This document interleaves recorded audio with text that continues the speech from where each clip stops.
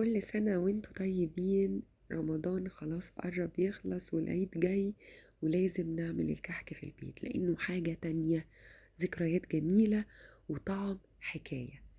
علشان الكحك يبقى دايب كده في بقك وناعم، خطوات سهلة جدا. اهم حاجة السمنة، ما ينفعش زبدة، وهي اللي بتتحكم في قوام الكحك سواء ناعم او ناشف. عندي المقادير لازم تكون مظبوطة. أنا عاملة 1.5 كيلو من الدقيق منخول اللي هو جميع الاستعمالات. المكونات بتاعتي بسيطة، هكتبها تحت الفيديو ما تخافوش. أهم حاجة الزبدة بتاعتي تكون باردة، مش بحرارة الغرفة.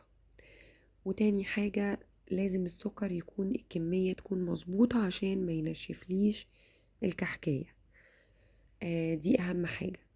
تاني حاجة أنا بستخدم لبن. لو هتستخدمي مية دي للكميات الكبيرة، لكن أنا استخدمت لبن أو بيسموه حليب. استخدمت خميرة فورية عادي جدا.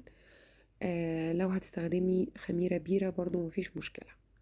أول حاجة بقى برتب المقادير بتاعتي، يعني أحط المواد الجافة على بعضيها اللي هي رشة الملح، البيكنج باودر، البهار الكحك، والسمسم طبعا محمص. هحط واقلب كل المكونات بتاعتي الجافة كده مع بعضيها، وارتب مكوناتي زي ما انا قلتلكوا. المكونات الجافة مع بعض نخلطها مع بعض زي ما انتم شايفين كده. انا خلطت المكونات الجافة مع بعض. بعد كده بقى هاجي لخطوة اللبن والخميرة. اللبن بحرارة الغرفة، مش دافي ولا سخن، بحرارة الغرفة ولا ساقع.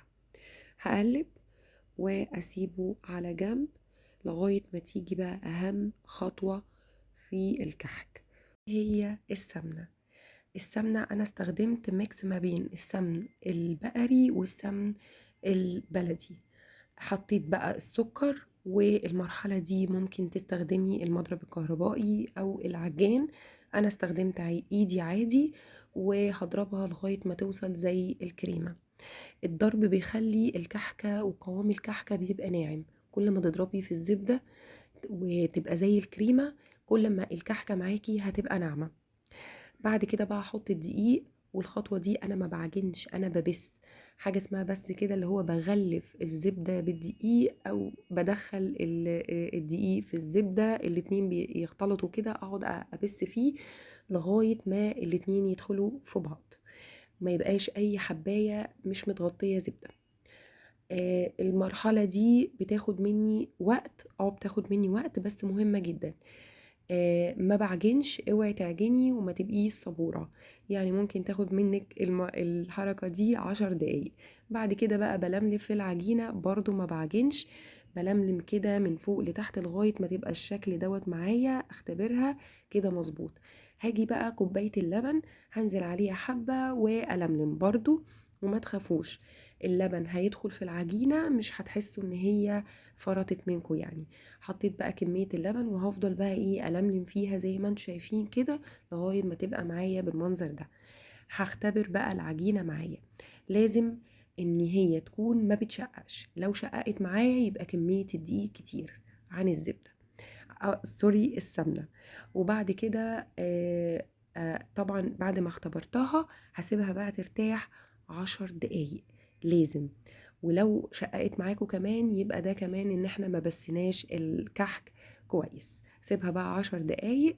وبعد كده اجي بقى خطوة الحشوات بتاعتي. انا عاملة حشوات كتيرة هنزلها لكم في الفيديو التاني، عشان بجد انا عاملة حشوات كتيرة ومختلفة وجديدة، بجد هتعجبكم.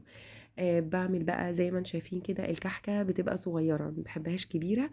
انا بحبها صغيرة، وبعملها دواير كده الحشو، وبعد كده بحشي بيها الكحك زي ما انتم شايفين وبخلص. نيجي بقى للنقشات، ودي بتاعتك انتي. ممكن تعمليه باسطمبة الكحك او تعمليه بالمناقيش، تنقشي كده زي بتوع زمان. انا بصراحة بحب الاتنين، فعملت بصراحة الاتنين، يعني عملت نقشت الكحك وكمان حطيته في الاسطمبة. عايزة اقول لكم ان كحك البيت مفيش احلى منه بجد. بيتها بره جميل وكل حاجة، بس بتاع البيت بيبقى ليه طعم تاني وفرحة تانية. وكل سنة وانتوا طيبين. شايفين يعني بيدوب، يعني مش مستحمل ان انا اضغط عليه، ناعم جدا. بجد كل سنة وانتوا طيبين. اشوفكم في وصفة جديدة، يا رب الوصفة تعجبكم. قولولي رأيكم في الكومنتات. باي باي.